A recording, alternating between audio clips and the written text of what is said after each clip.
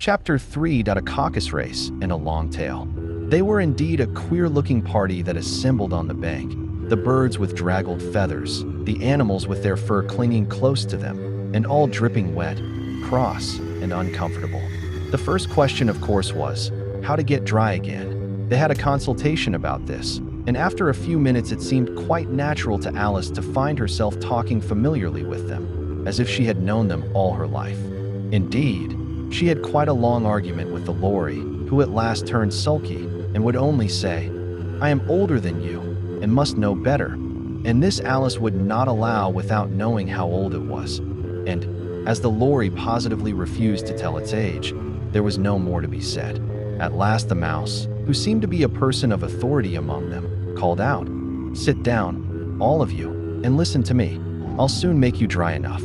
They all sat down at once, in a large ring, with the mouse in the middle.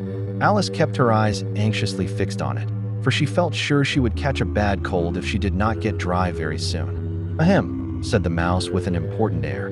"Are you all ready? This is the driest thing I know. Silence all round, if you please." William the Conqueror, whose cause was favored by the Pope, was soon submitted to by the English, who wanted leaders, and had been of late much accustomed to usurpation. Edmund and Morcar, the Earls of Mercia and Northumbria.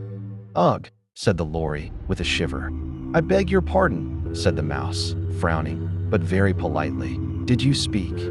"Not I," said the Lorry hastily. "I thought you did," said the mouse. "I proceed." Edwin and Morcar, the Earls of Mercia and Northumbria, declared for him, and even Stigand, the patriotic Archbishop of Canterbury, found it advisable. "Found what?" said the duck. "Found it," the mouse replied rather crossly. "Of course you know what it means." "I know what it means well enough. When I find a thing," said the duck, "it's generally a frog or a worm. The question is, what did the Archbishop find?"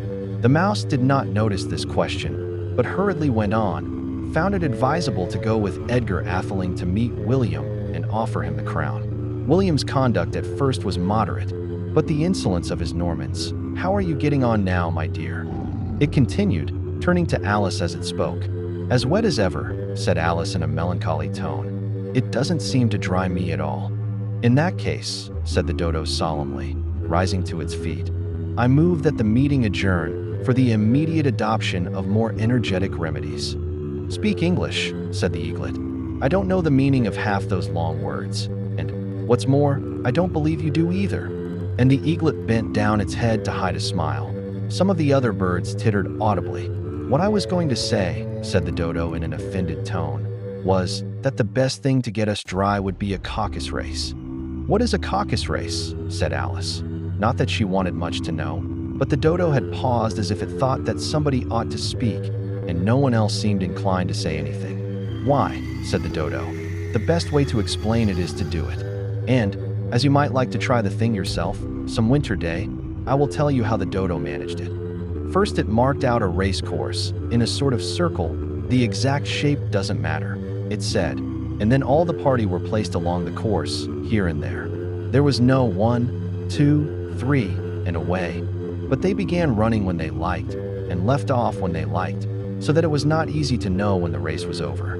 However, when they had been running half an hour or so, and were quite dry again, the dodo suddenly called out, 'The race is over,' and they all crowded round it, panting and asking, 'But who has won?' This question the dodo could not answer without a great deal of thought, and it sat for a long time with one finger pressed upon its forehead, the position in which you usually see Shakespeare in the pictures of him, while the rest waited in silence.